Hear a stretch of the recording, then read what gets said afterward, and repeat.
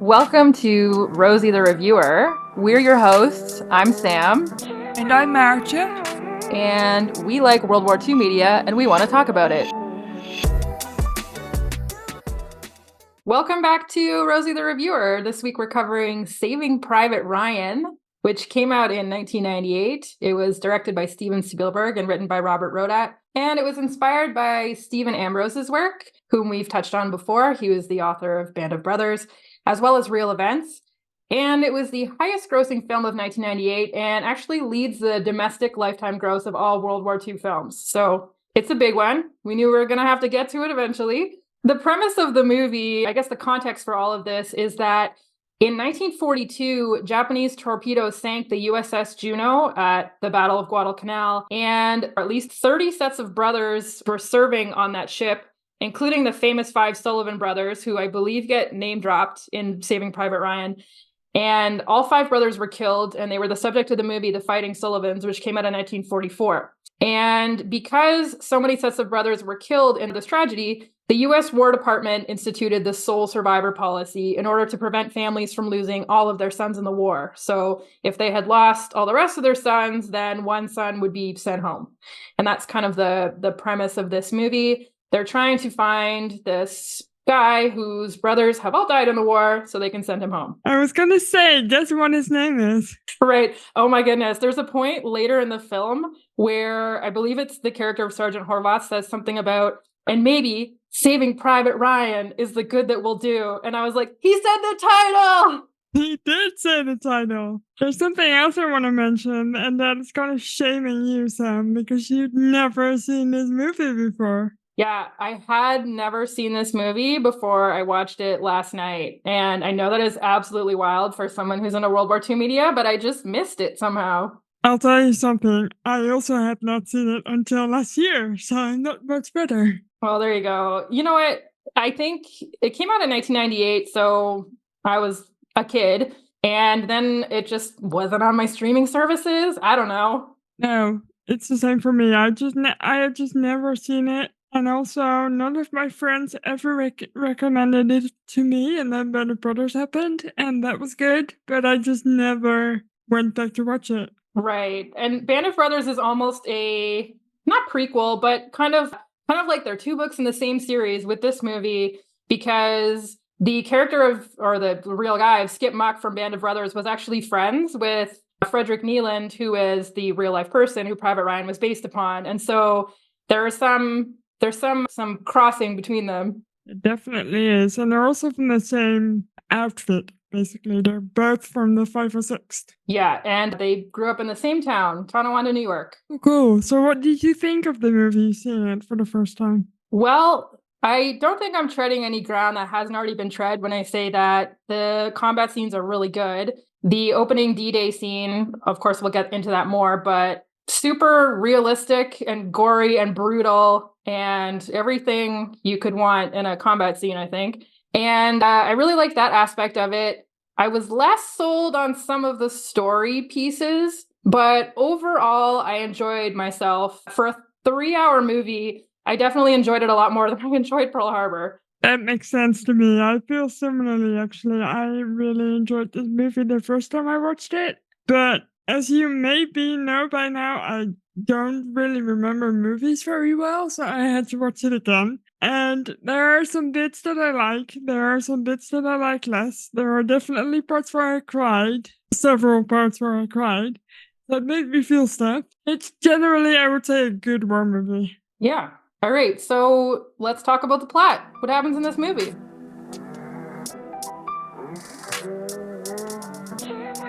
So the movie opens with an old man and his family as they go and visit a war cemetery. We don't know exactly which one, except we do know it's an American cemetery, as is made very obvious by the huge American flag. Oh, goodness gracious. The way the movie starts and ends with that waving American flag, I was like, I think because I'm not American, I just immediately became cynical. I know.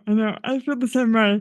And being Dutch, I'm also not very patriotic for American flags. So we know we're in America, we know we're at the war cemetery, but we don't know the old man we're looking at. But as we see him kind of visit a specific grave and he falls to his knees and cries. And that's when we flash back. Where do we flash back to, Sam? Oh, we get right into those D-Day landings on Omaha Beach on June 6th, 1944. And it's the guys coming to the beach in the landing crafts. We're introduced to 2nd Ranger Battalion Captain John H. Miller, who's played by Tom Hanks. And they come up onto the beach. They have an absolutely terrible time. They're being slaughtered, essentially, by the Germans who hold the beachhead. And so the character of John Miller leads the surviving men of that initial slaughter to essentially scale a cliff and take out a German gun battery and break through the lines. This scene takes about 20 minutes of the movie. It's a big scene. It is a big scene, and it's brutal. There's a guy who loses his arm, and then he's trying to find it and pick it up. There's a guy who gets shot in the helmet, takes his helmet off, and then gets shot for real. There's just all these little moments where you're like, oh my God. It's very distressing. And also, it's a scene that apparently is so realistic that some of the veterans got serious PTSD from just watching this movie. Yeah. Which I can understand because it's all filmed on like shaky cam as well, so it's all handheld. So it's like you're right in the middle of it. I had read that they used 1,500 extras for this, and it took 4 weeks to film. And they did a thing where they allowed the cameramen to just run around and film whatever looked interesting for parts of it. I guess that's why it looks so realistic. And also because I think Spielberg used amputees in the shooting of this. So if there's actual people without limbs, they might have been actual people without limbs. Oh, wow. Which is pretty. They did a similar thing in Band of Brothers, where the people in the concentration camp were terminally ill people, so they look ill, and it's brutal. But this scene takes a long time, but it doesn't feel like it drags at all. It's a very well put together scene. Right, and I think this scene is viewed as the D-Day landing scene in a movie or TV show. It must have like shaped all the movies that came after it too. Like any war movie since this one will have looked at this one and thought, all right, this is the new standard now. Right. I did think it was interesting that they, and I had read this somewhere, they almost put a sort of, not sepia toned filter over everything, but they made it look a bit more like the actual video camera footage that was filmed on the day would have looked like. And to me, that's interesting because, of course, it wouldn't have looked that way if you were there on D-Day. So we are getting a realistic depiction, but at the same time, we're also getting it viewed through the lens of people who saw it later, who weren't there. Yes, I do wonder if it's also technically a flashback, and I feel like the entirety of the movie is like that. At least for the flashbacks, it's like that, but we don't really notice it as much as you do in the first scene. Right. Very gritty and dark, and like you said, the years have all been taken down quite a bit, so it looks grey and blue and very sad, basically. And then also it looks really red, because later on you look at the seas and all you see is red.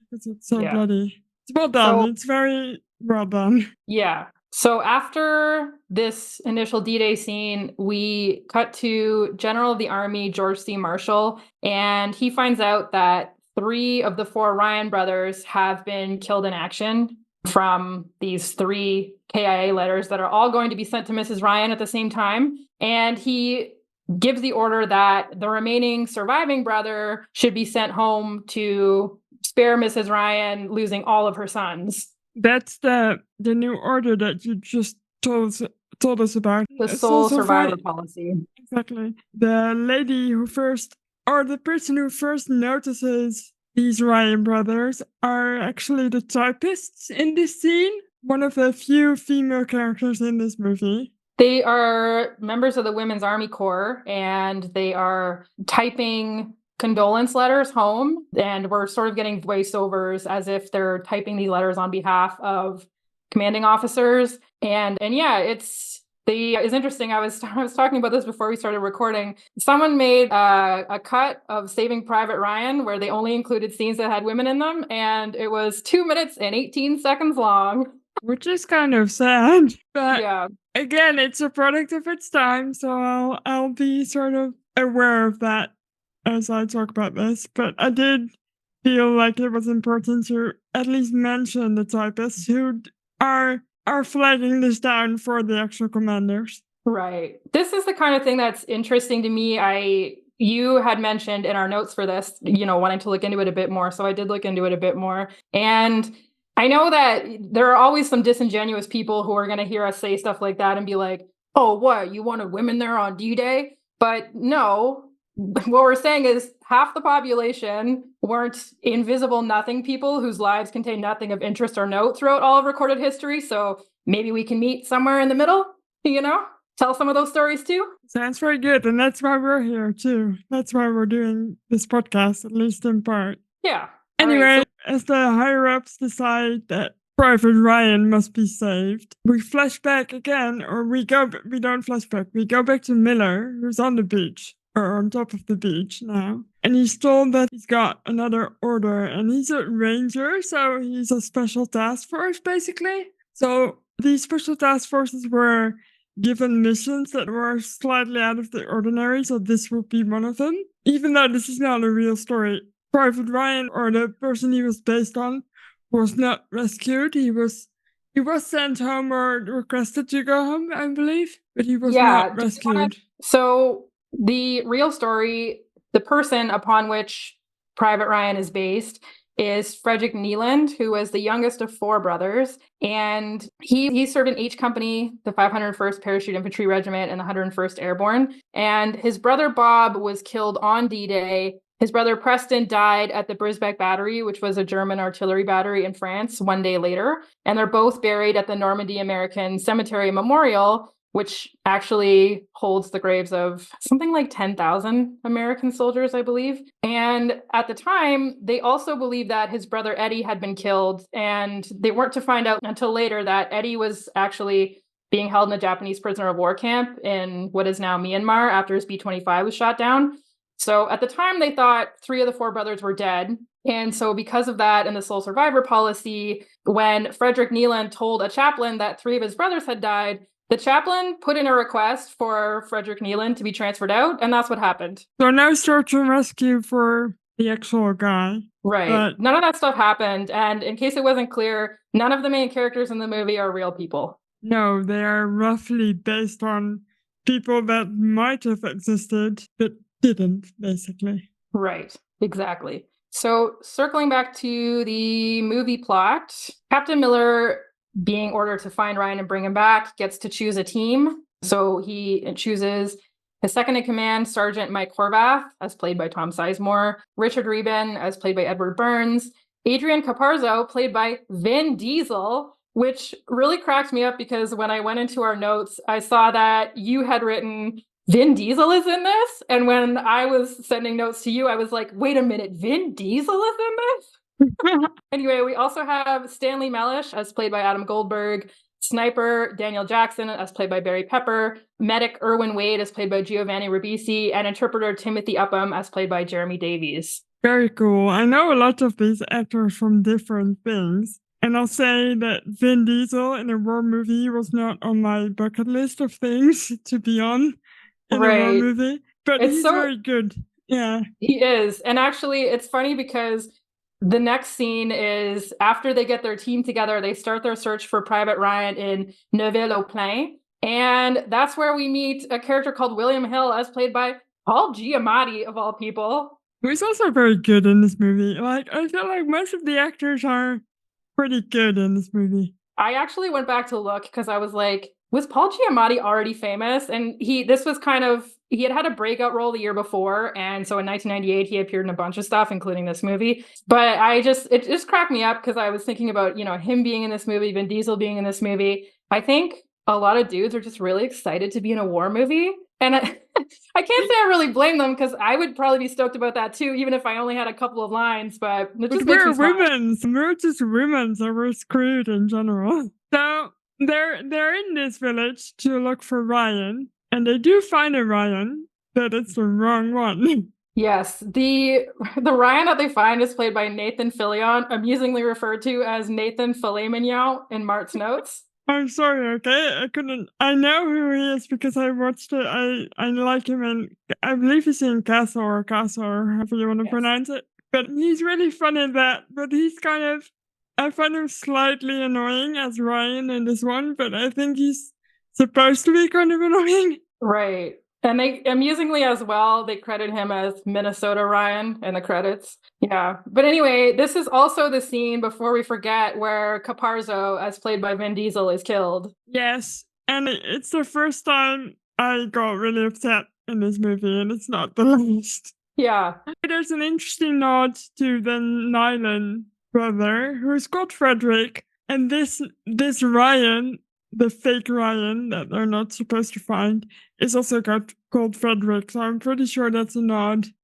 Oh, yeah, gotta be. Yeah. All right. So they spend the night in a church, and I've written here in asterisks for character development because that's clearly what it's for. But we see Wade, who's the medic, copying out Caparzo's letter to his father, I believe. And Caparzo had wanted him to do that because as he was dying, he got blood all over the letter. And so Wade is copying it out onto a clean piece of paper. And the passing on of that letter becomes a theme because later on Wade dies and then someone else takes on the letter and it kind of gets passed around in that way. Yes, and as we're talking about him dying, Caparzo, I noticed something else in this movie. Whenever they're shooting or someone dying, there's also rain. So it's always raining in this movie.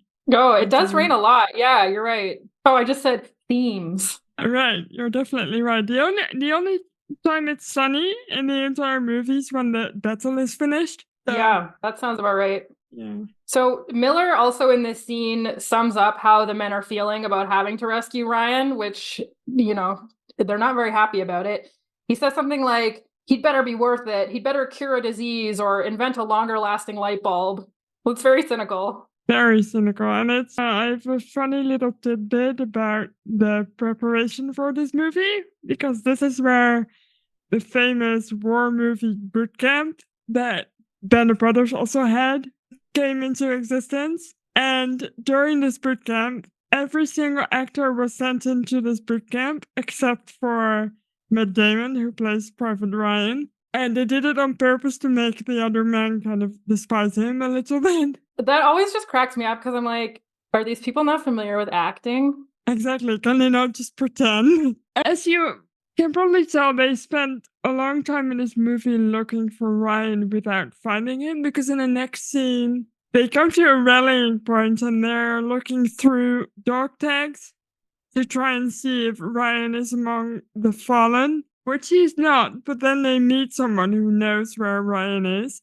He's very deaf, so it's kind of a funny scene as well because he can't hear anything. So he keeps shouting at Miller. Right. Miller He's been just hit by a grenade, I believe. yes. So I say it's funny, but it's funny in the movie. It would not be funny to be hit by a grenade almost. Yeah, and this scene is also more of the cynicism of these guys are looking through dog tags and they're really not taking it very seriously. And, they're not treating it like each of these dog tags is a life. It's someone who has died and is not going home. So in this scene, they're sorting through them and they're joking around and kind of playing it for a laugh. And then it's Wade, actually, the medic, who sees that the entire airborne is watching, and he says as much. Like, the entire fucking airborne is watching, or something. He says something like that.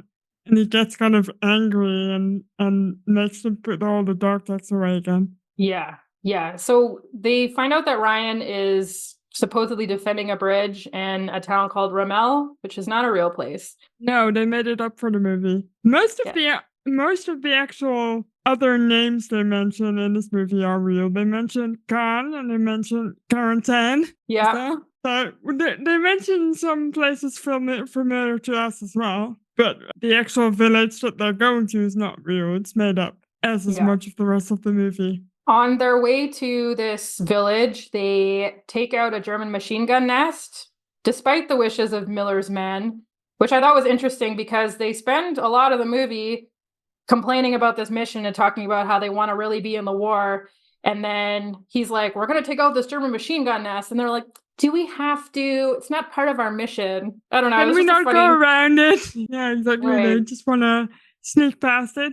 And even even more cynical maybe is that, and then I'll circle back to another death in this scene, but after this scene, Ruben then complains that he wants to leave and go fight the actual war, which is, what did you just do? Is that not actual war then? Right. I'm pretty sure you just killed some Germans, so all right. Right. But this scene also has a very hard hitting, for me at least, death of the medic. And the medic is someone you never want to see die, but he dies very tragically and also crying for his mama, which is not for the faint of heart. That was rough, but just for some reason for me, the part that really got me was as he's dying, he's telling them how to check him for further injuries and what to do about those injuries and how to stop the bleeding. And he's trying to Still impart all working. medical knowledge for them to use on him while he's dying. And for some reason that just really got me.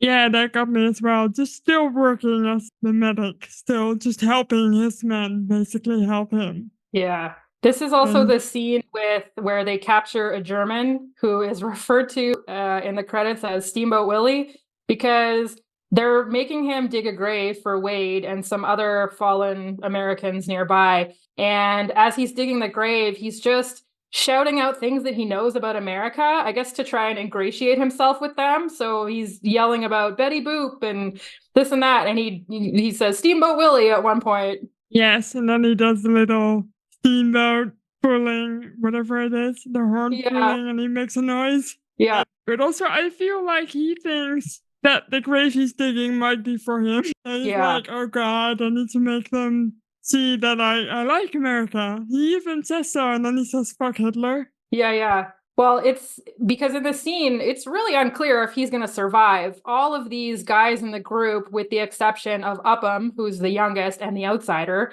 they all want to kill him. Like, they're not interested in letting him go. And Upham is the one who's like, well, we can't do this. You know, he's a prisoner. He surrendered. We can't just shoot an unarmed man. And ultimately, towards the end of the scene, things get pretty heated, and Miller makes the decision to let this guy go. Upham is not a soldier, he's a translator. So, I mean, he's a soldier, but he's not a soldier. Right. And they depict him a couple times. He doesn't really know what to do with his weapon, and he's really not interested in killing people. He's also really, really clumsy. Right. And young, you know? And young. And also not wanting to be there, because I think in the beginning, when Miller asks him to come along, he's like, but there's going to be a lot of Germans there. Right. Miller's kind of really. Yeah, on like D-Day plus 1 or 2 or whatever. It's like, yeah, there'll probably be a lot of Germans there, yeah. Right. But they do not kill this man, which is important. They let him go.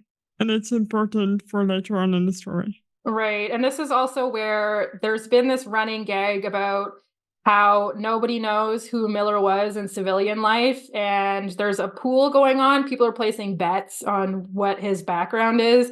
And in this scene, as a way to diffuse tensions, he tells them that he was a school teacher before he was in the army. And it works immediately. They all stop fighting. Right. Almost immediately, at least. And then afterwards, they all help dig the grave. And you also looked up something interesting, which you sent me earlier about. I think it's Horvath who says something, or maybe it's Ruben, I don't remember, about leaving him for the cleanup. Yeah, so they talk about how they put Wade and these other fallen soldiers nearby into a shallow grave that they mark. So I read an article on HistoryNet called Haunted by the Dead, Grave Digging in World War II was a job no soldier wanted. And they talk about how some soldiers were drafted into the army or joined the army, and then they were assigned to a unit that they weren't told what it was. And then they found out that it was the grave registration unit. So their job was to comb every battlefield, find the dead, identify the dead, and then create graveyards and bury them, or at the end of the war, repatriate some of the bodies. And so they had a terrible, grisly job. And apparently they cleaned up the beaches at Normandy in 4 days after D-Day. And the reason why they did it so quickly was for morale, because they didn't want the fresh troops coming to see what it was like. When you told me this, I also thought again about the dog tag scene. It's the same kind of thing where you don't want to demoralize the men that are still fighting, because they have to still keep going. And how do you do that when there's like bodies everywhere and death everywhere. I thought that was really interesting because it's just one of the facets of the war that you might not necessarily think about. I didn't know about it, so I'm really glad that you looked this up and we got to talk about it for a bit. I'm a big fan of a rabbit hole, you know? Never met one that I didn't want to go down. Well, you've been down some good ones recently, so I'm very grateful. So they locate Private James Ryan, played by Matt Damon, in Ramel, but he's holding a bridge along with a handful of other guys because if we recall from Band of Brothers, when the airborne dropped on D-Day, they ended up being scattered all over the peninsula. And so Ryan and his fellow soldiers know that they're supposed to hold this bridge, but there's not very many of them. The whole rest of the unit is not there, and he doesn't want to abandon his post. And so Miller's team has to make the decision to stay and help defend the bridge. They talk about it very briefly because they also consider just leaving him and going home, but they don't. They end up staying. And that's why Harveth actually says that line you were mentioning earlier. Maybe saving Private Ryan is the one good deed we'll do or something. If this were a drinking game, that's where you'd finish your drink. At this point, when I was watching, not this time, but the first time, I thought maybe we'd had like 5 more minutes of movie, but you have a good 40 minutes left at this point. Yeah. So this is also not 100% real thing that happened. Obviously, the town of Ramel is not real, but there is a river called the Murderay, which runs roughly parallel to the shoreline, 8 kilometers from Utah Beach. And it had to be crossed in order for the Allies to break out of the beachhead on the western end. And as we said, the 82nd Airborne had been assigned to control the bridges at these 2 places, Manoir de la Fiade and Chef du Pont. But the landing was so botched that they weren't able to secure the west bank of the river on D-Day. And so there was this one counterattack by the Germans at La Fiade, which the Americans were able to successfully hold off. And that's probably the inspiration for the bridge scene in this movie. And it's a very good scene, let me tell you. Like, the battle scenes in this are really good. And I couldn't help but compare it to any of the town scenes in Band of Brothers. But the set of this, I think they filmed it in a village in, I want to say, somewhere in Eastern Europe or something, and they rebuilt this village to be this set. Apparently, they built the bridge that they used in 2 days. Wow. Yeah, it came in a bunch of separate pre-built units, and then they brought it to the site and just assembled it.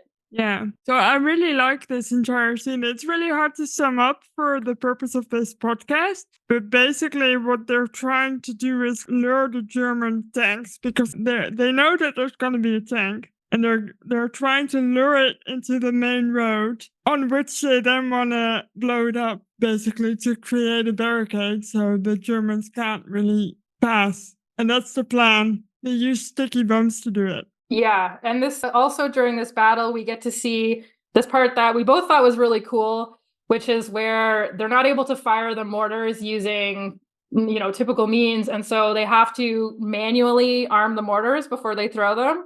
The coolest bit of the entire movie, in my opinion. Anytime I see anything like this in a war movie or an action movie, like a vehicle or a weapon doing something that it doesn't customarily do, I'm like, I'm going to look into it. So according to Reddit, mortars are primarily setback armed, which means they're armed by the sudden shock of accelerating. And so in Saving Private Ryan, when they're banging the mortars before they throw them, they're artificially producing that setback to release the internal components that arm the fuse. So cool. I would never have known about this. I don't know anything about physics or chemistry or any that sort of stuff. So this is just magic to me, but it's just cool. It doesn't really do them a whole lot of good for very long, but they've left quite a lot of Germans doing it. So right. It holds off the Germans for long enough during this epic battle that happens that they're able to, well, some of them anyway, are able to be rescued by American planes. So yes, I couldn't tell what kind of planes they were, but they had stripes on them. Ryan says what kind they are. It's P-51s or something, or P-52s. I don't remember. Yeah, I'll look it up. Fine for destroying tanks. Yes. Right. I forgot already. I just watched it again. I already forgot. Literally, and it's worse for you because you watched it this morning. Listen, you know my memory is weird, right? I can't see stuff in my head, so I just forget. I'm just razzing you. So an epic battle ensues during which Jackson and Horvath are killed, and there's No. all kinds of stuff going on. There's the sniper in the tower. He ends up being killed by a tank, I believe, and there's fighting down on the streets, and they're trying to keep Private Ryan from getting killed at all costs. And very unfortunately, Steamboat Willie, that German prisoner that they released earlier, returns and kills Captain Miller. Does he? Is he the one that shoots him? Yeah. Or his I guess his You crew just does. watched it. Clearly I was done with this movie.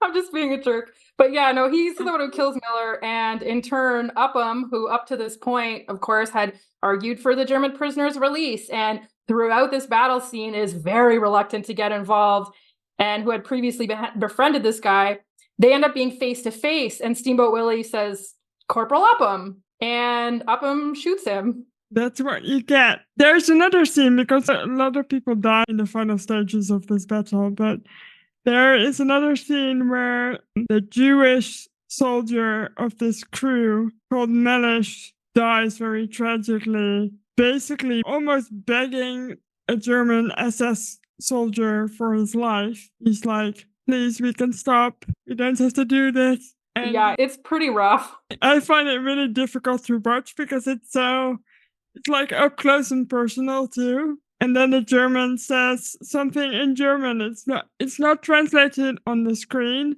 but he says, you can just give up. It's easier for you if you give up. It'll be over in a second. It's just brutal. And he isn't even shot. He almost wins like hand-to-hand combat. And then he takes out Melech takes out his knife, but the German soldier is stronger than he is and ends up killing him with his knife. Which is actually, now that I think about it, I think it's the knife that they take off a German officer in the very beginning of the movie. Oh, you might be right about that. I didn't go back and check, but I think it might be. I think that's the sort of cynical thing that happens, because when he takes the knife, he says something about how the knife is his now, and he uses a particular Yiddish word, but I can't remember what exactly it was. He says something about how they're going to use it to cut challah bread or something now. Something that like very specifically references that he is Jewish. Yes, I think it's the knife that ends up killing him, which is very tragic. While this is happening, Upham was on his way back to Melech to resupply him with bullets, and he hears the struggle going on upstairs, but he freezes on the stairs and he doesn't move. Right. He's trying to go up the stairs, but you can just tell, I mean, the actor does a great job, but you can just tell that everything in him is screaming at him not to go up there. Yes. And then the German soldier comes down and lets him live. It's almost sadder that way because you can tell that this German soldier is just like, it's not even worth killing this guy.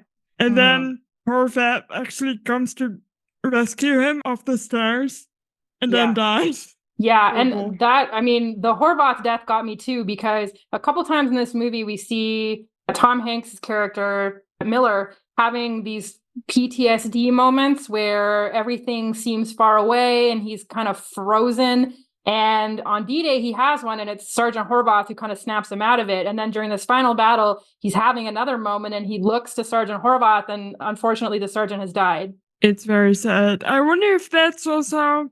because I wrote down in my notes something about the hand tremor, but I didn't go into it. I wonder if that's like the PTSD also? I think so, yeah. Throughout the movie, they sort of reference the fact that Captain Miller has this hand tremor that he can't explain.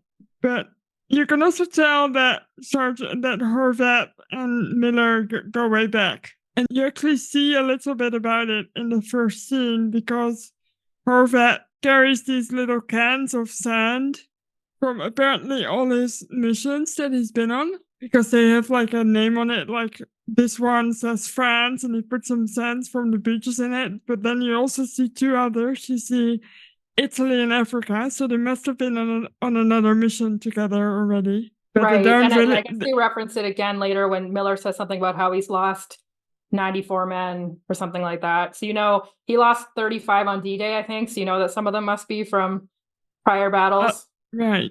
But they don't really talk about it, but you can just tell. He also calls him Mike instead of Horvat, and they're pretty familiar. And he dies very slowly to Horvat, and he keeps on fighting for a bit, and then he dies. Yeah.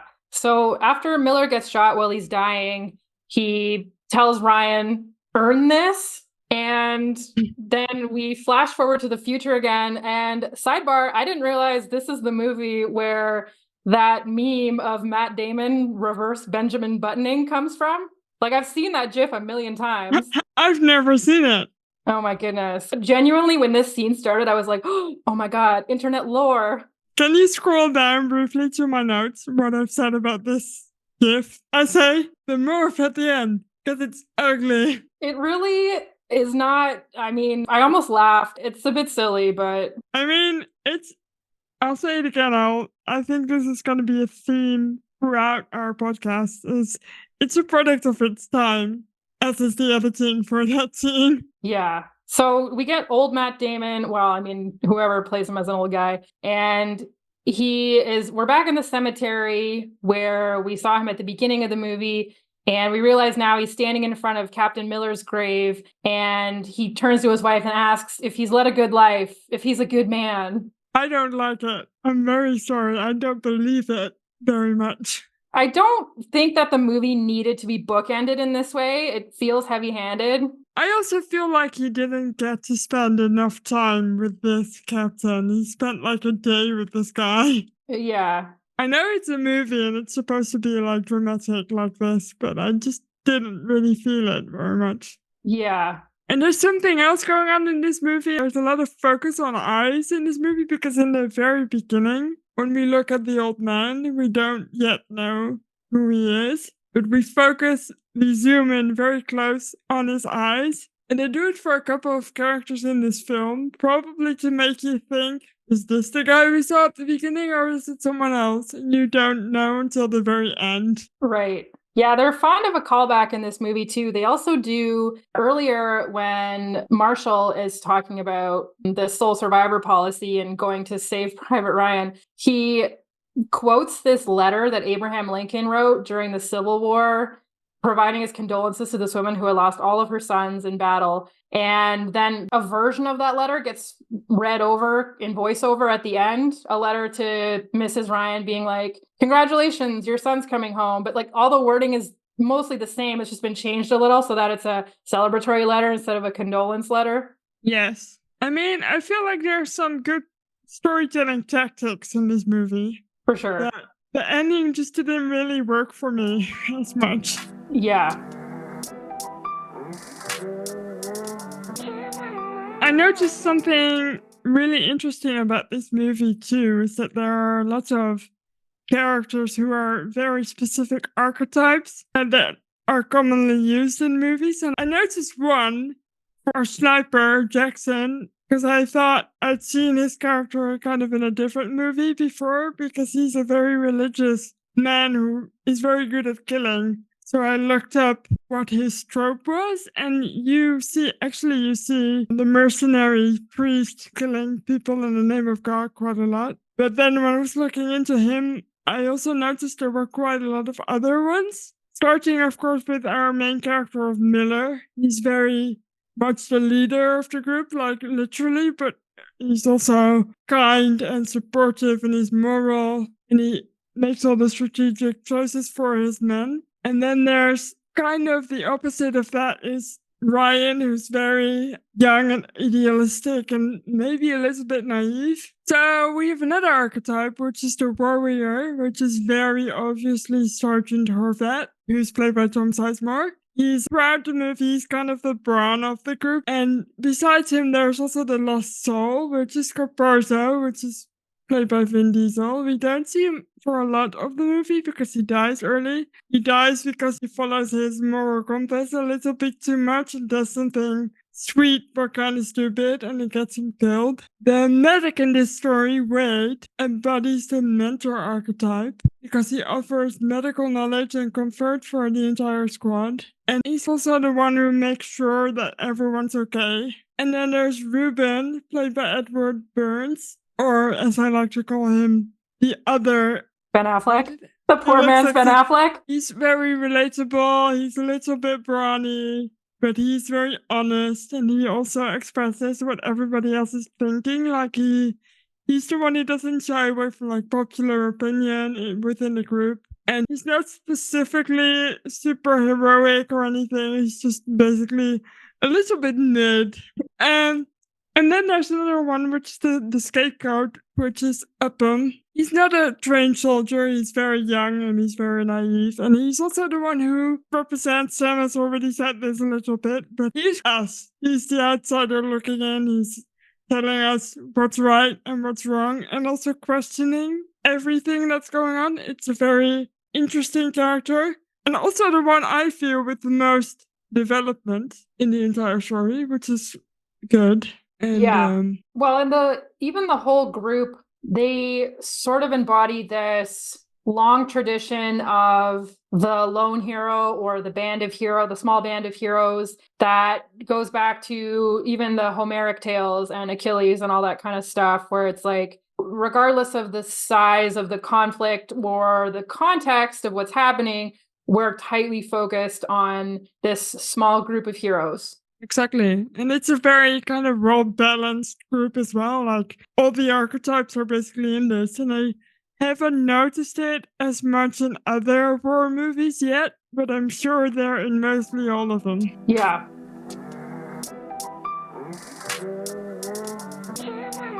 There's something that I do want to touch on, and we're going to do a whole episode about it because it's just very pervasive in American war media in particular, but war media generally. And of course, we know that all media has an agenda, but there's this element of sort of myth making and storytelling and the reasons why certain stories are prioritized over others.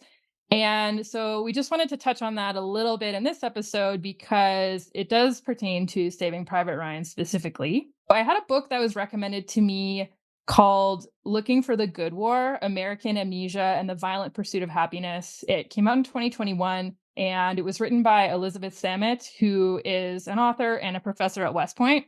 So she has a very unique perspective, I would say. Just to kind of sum it up, there's a quote from the book. World War II left behind the dangerous and seemingly indestructible fantasy that our military intervention will naturally produce, an often underappreciated good. Each succeeding conflict has led to the reprise and reinvention of the Good War's mythology to justify or otherwise explain uses of American power. And because that's sort of a lot of words, I'll explain it a little bit. So she specifically mentions Ambrose, who, of course, we know is the author of the work behind Saving Private Ryan, but also Band of Brothers, as a culprit behind romanticizing the idea of the quote unquote good war 50 years after it ended. We know, of course, that Saving Private Ryan came out in 1998, and it was a major part in bringing back interest in World War II and created the market and sort of set the mold for a lot of the World War II content that was created in its wake. And the story was sort of part of this movement where you're bringing to the forefront of American consciousness this narrative of a conflict where Americans were the saviors and liberators, a bulwark of freedom against authoritarianism. And it's this image that was used to great effect to drum up American patriotism and support for American foreign policy decisions in the decades after World War II and through into the 21st century. I actually do have a question, because I wonder if you're Canadian, right? And Canadians have also been involved in World War II. Do you see any parallels to Canada in this way? Actually, I love that question. We didn't even plan this out, you guys. So I read this book in university that I think about sometimes called Death So Noble, Memory, Meaning in the First World War by Jonathan Vance. And it's similar to this Looking for the Good War book, but it's about Canada and World War I. And it's a lot about how in the intra-war years in particular, Canada took what had happened in World War I, where we had a lot of casualties and it was an expensive conflict, and the government and society were trying to make sense of that. And so it's about all this kind of like myth making and storytelling that came out of that. And like, what do we do with this story? And how does it inform the stories that we tell ourselves and each other? And so, yeah, absolutely. I mean, these obviously, there's not a Canadian movie industry on the level of the American movie industry, but there is certainly, I think, any country that participates in a conflict like this will come out of it and try to spin it in particular ways, depending on what their goals are. It's so strange that we all have this need to justify a lot of things that were mostly maybe done for the right reasons, but not always. We have to justify even the bad things we did. We can never just be honest and say, look, this maybe wasn't a good idea, or we shouldn't have been involved, or it's so strange to me that we can't be honest with ourselves or our people. Yeah, absolutely. That's politics, right? Always politics. Always. So, in a broad sense, circling back to Saving Private Ryan and the American involvement, in the decades after World War II, the Americans became involved in a number of international conflicts in which the narratives were not so clear cut and the good guys were not so obvious. You didn't have this sort of clearly delineated thing the way you did in World War II. And so, for this movie in particular, of course, coming out in 1998, it came out during this period after the collapse of the Soviet Union where all of a sudden the Americans had had this one ideological enemy for so many decades, and now there wasn't one. And this movie is, as we sort of have previously discussed, it's part of a long tradition of these no man left behind stories. And these are the kinds of stories that you might tell against the backdrop of the kinds of conflicts that dominated during this immediately pre and post 9/11 era, because one guy trying to save his buddies or vice versa is not inherently political. So it's the perfect context for the focus on these simplified tales of personal sacrifice rather than tackling anything with broader, more complicated implications. So, yes, it's a story about World War II, but it's very informed by the era in which it was made. Yeah, it also doesn't make it seem as bad. Like in general, like we're doing it to save our brother or our friend or stuff like that instead of the bigger picture of the war. Yeah. I've learned a lot thinking about this whole thing, and it's informed the way I think about the movies I've seen. Like even in Saving Private Ryan, there's the German guy, right? Steamboat Willie, who even at that time was referencing American culture so much. And it kind of shows you how influential the American culture and Hollywood is. Yeah, these kinds of movies that are being made are not just influencing how Americans view themselves, but also how the world views Americans. Exactly.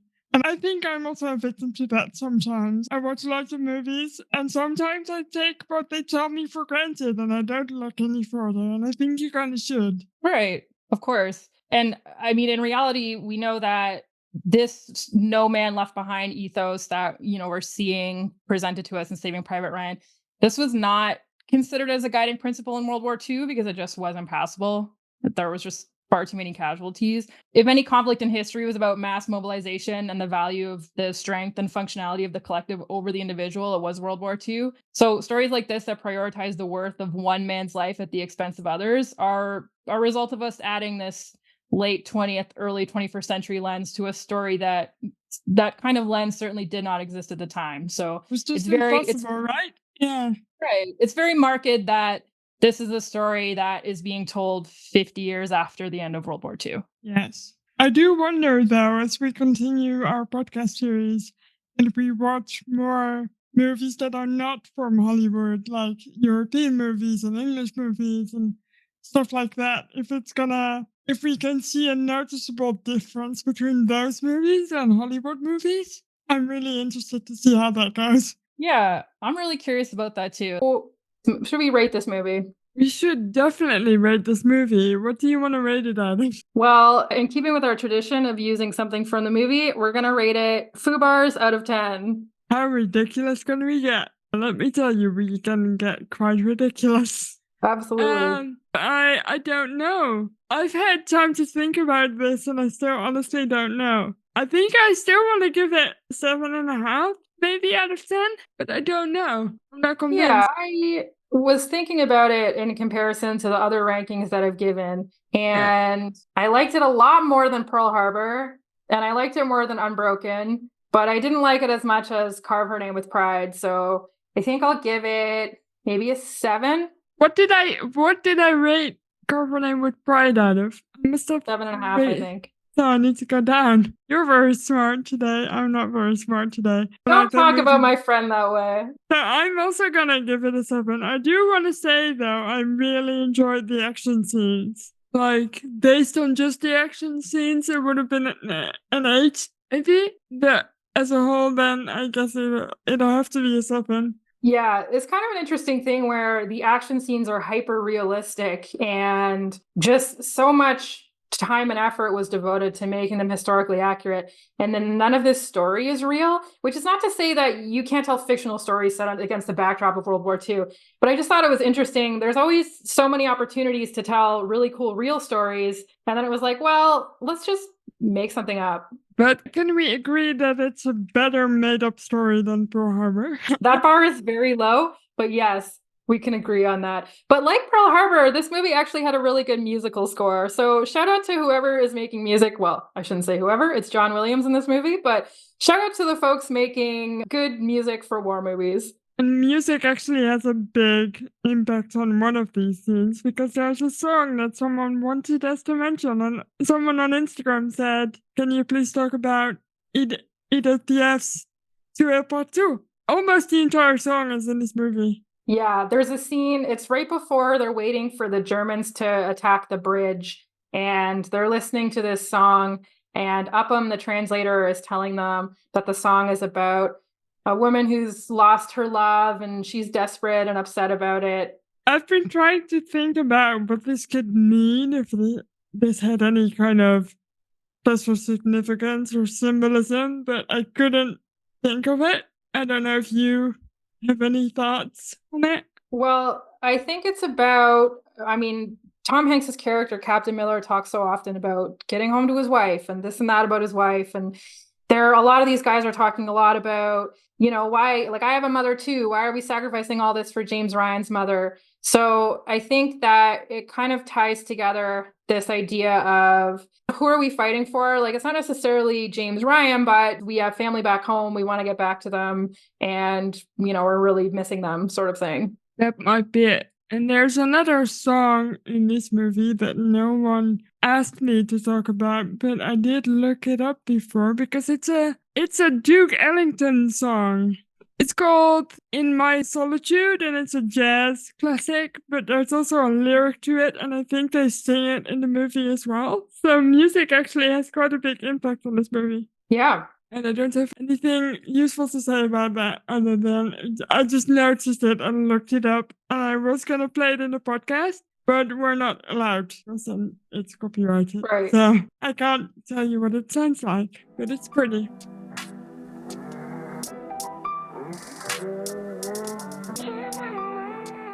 Well, thank you everyone for listening. We super appreciate y'all tuning in again, and we hope you'll continue to tune in.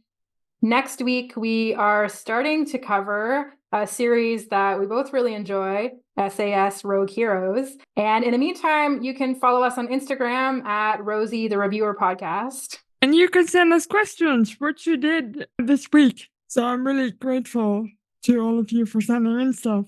Please continue to do so. And subscribe to our podcast. Yes, subscribe to our podcast. Give us 5 stars if you want. And we're having a great time. I don't know if you can tell. Hang on, Sam. What are you reading? I almost forgot. Yes, we can't forget because I'm reading a really cool book called Uncommon Sense, An Autistic Journey by one of my friends from university, Adam Mardero. And it's a memoir about growing up with autism. And it's super well written, and I'm learning a lot about being neurodivergent. So I really recommend it to everybody. That's really cool. I wish I wrote a book. Cool friends. Are you reading anything? I am still reading my Dutch war book, my book about the NSB, which I'm almost finished actually, and I've reached out to the publisher to get you a translation, but they're not responding. I'm very sorry. Well, I mean, thanks for looking into that. I would love to read it. And at some point in the future, we'll circle back when I get my copy of Looking for the Good War, because I'm really excited to learn more about, myth making about World War II and the potential consequences. You should actually educate me before we start the podcast so I don't sound so stupid. Once again, don't talk about my friend like that. Okay. See you next week. Bye.